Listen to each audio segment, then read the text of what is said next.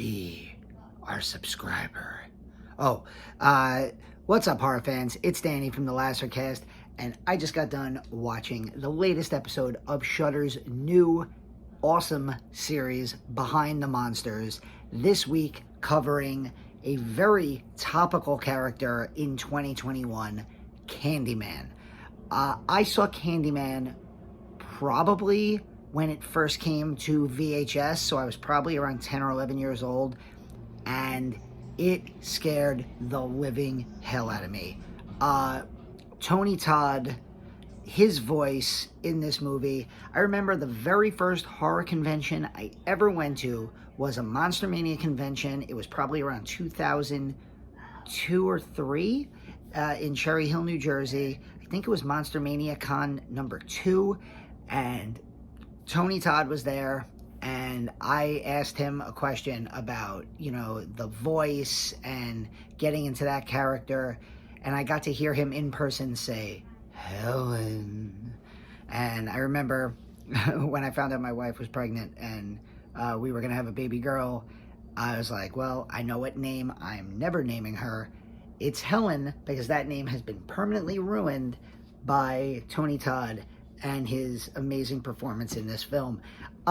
This episode is fantastic. And you know what's the best part about this episode is that from the very beginning, the first two talking heads that you get in the Candyman Behind the Monster are the two people probably most responsible for Candyman.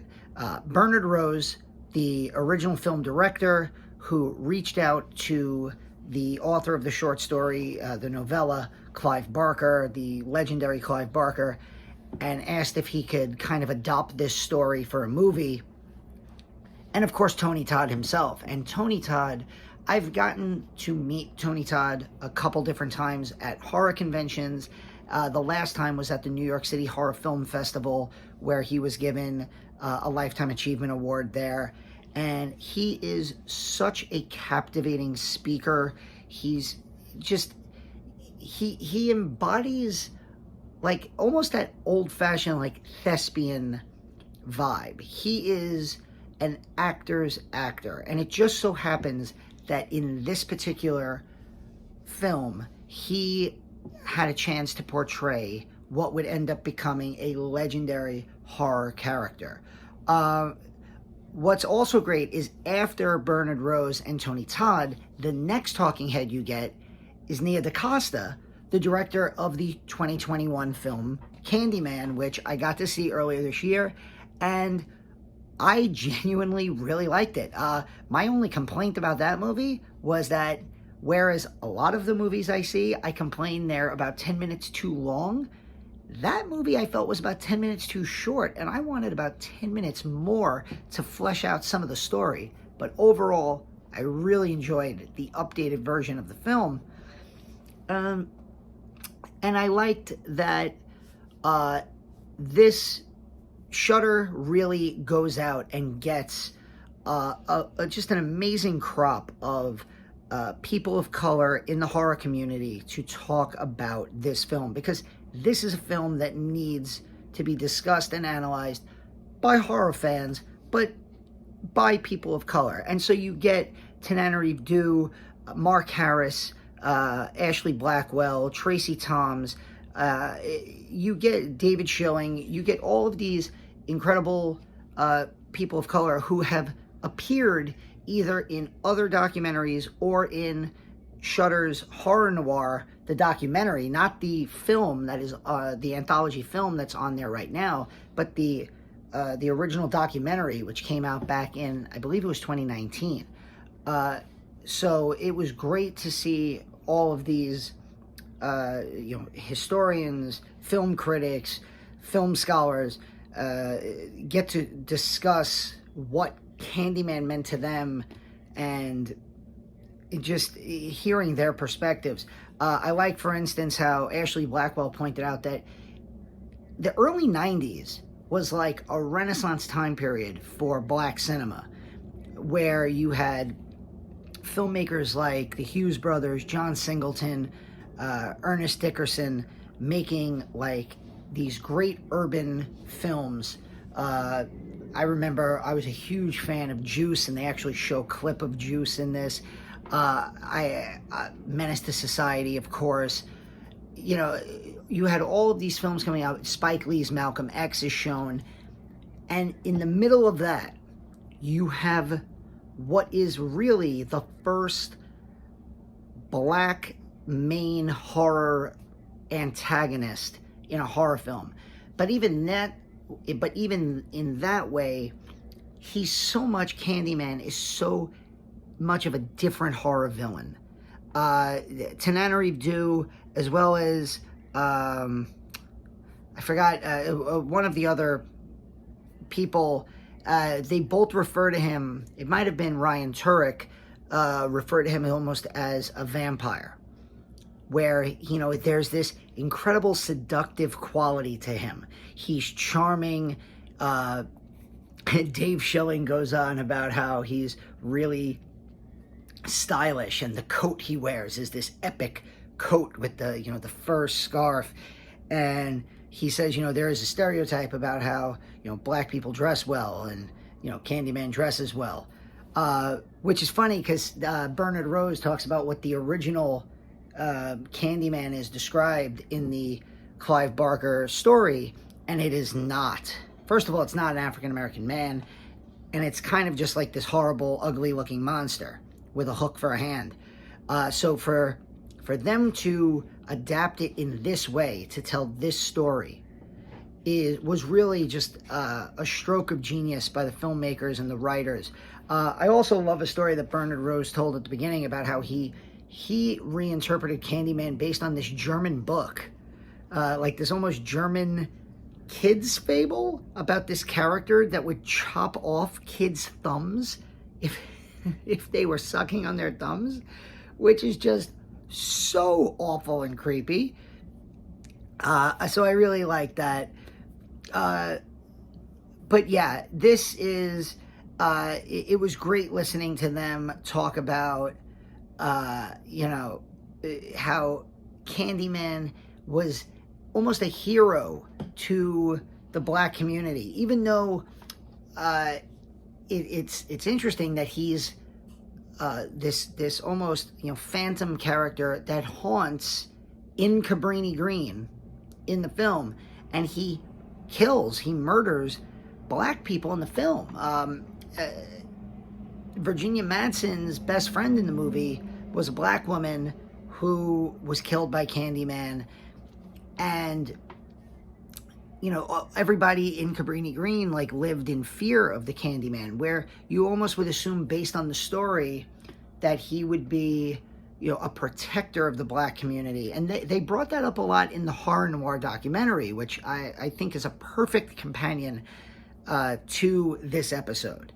I really wanted Charlotte to watch this episode, but I also wanted her to see Candyman first. She hasn't seen Candyman. It's one of the few horror movies, like, you know, big monster films that she hasn't seen. So I'm going to rectify that first, have her watch the original film, and then I want her to watch this episode. And then we'll watch the Nia DaCosta movie, because like I said, I really enjoyed that when it came out. Candyman is so different. One of the things they touched on is, and when you just compare him to the other horror monsters that are being covered in this series. The first episode was about Michael Myers. What is Michael Myers? He's a silent stalker who wears a mask. Who else is being covered? Jason, a silent stalker who wears a mask. Hellraiser is a monster, the hideous, Pinhead. He's a hideous monster from hell with pins in his head that yes, he talks a good game, Doug Bradley, with his deep, British accent, but you wouldn't go near him because of how hideous he is. Same with Freddy. Freddy, Robert Englund's dialogue, you might laugh before you die, but he's a hideous monster. Burned face, scarred, the razor glove. Chucky is a, I mean, he's a possessed doll.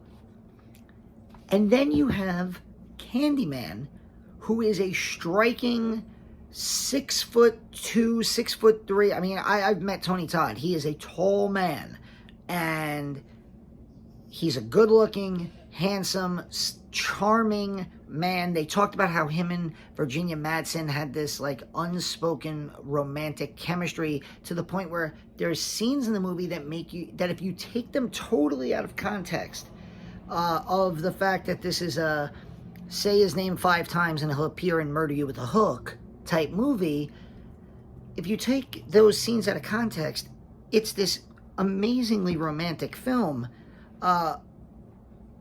And they talked about, obviously, there's the amazing scene involving the bees that Tony Todd was, you know, he knew, he was willing to do that insane live bees stunt because he knew what that scene would look like on film with the practical effects. And you know, he wrote it into his contract, or he had it written into his contract about, you know, I think it was something like get $1,000 for every time he got stung by a bee, and he ended up getting stung somewhere in the neighborhood of 28 to 30 times over the course of the 3 movies. They actually bring up the sequels, which I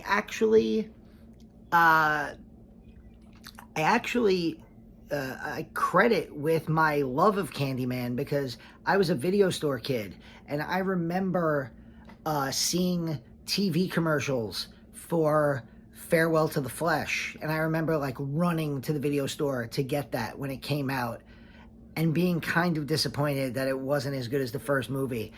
And then I remember seeing Day of the Dead kind of just sitting alone on a VHS shelf at the video store in like the dying days of the video store, and like taking it out because I was a completist, and well, I saw parts 1 and 2, I have to see parts 3. So I was actually shocked and surprised that they gave the sequels some airtime in this. But it was cool if you're a completionist. And they did that with Michael Myers too. They kind of went into the sequels, and I'm sure they're going to do that with all of these killers and their franchises, which is kind of fun. They gave a lot of time to the new film, and I hope that people who haven't seen the new film hear Nia DaCosta in this episode, and they go out of their way to, you know, get it on VOD or find it on streaming, or, you know, purchase it on Blu-ray, because it is really, really good. It's very different. And for those of you who, you know, if you're going to argue, well, I don't like my horror to be political, if you like the first Candyman, I have something to tell you. It was a little political. Sorry. They bring up, last thing that I just want to mention is they bring up the Philip Glass score, one of the best scores that I've ever heard in a horror film. It's so subtle, but it's so great, and I really enjoyed that they discussed that. And I can't wait for the next episode. I'm hoping, like I said in my first review, I'm hoping that Charlotte is going to join me. She loved the Michael Myers episode, and she got to see things that she didn't know. There were things in this episode that I was learning, and I love that we got to hear them from the mouths of those really important people like Bernard Rose, Nia DaCosta, and of course, the great Tony Todd. So next week, I believe the Behind the Monsters is on Chucky. Charlotte has seen Child's Play 1, Child's Play 2. I'll be joining for that one, people. Oh. I know, you guys are very upset with this episode, I know. It's okay. Well, you have to see Candyman, and then after you see Candyman, you can watch the Behind the Monsters on it. Okay. Okay. Bye, people. Why don't you go in the bathroom and close the lights and say Candyman 5 times in the mirror and just tell me what happened? Okay. All right. Well, Charlotte won't be on next week's episode. But, oh, what? So, anyway, that's been Danny. And Charlotte. And this has been the Lacercast. Go get Shudder and watch Behind the Monsters. 2 episodes in. Loving this series. And I can't wait for next week. And we'll see you soon. Have a good one.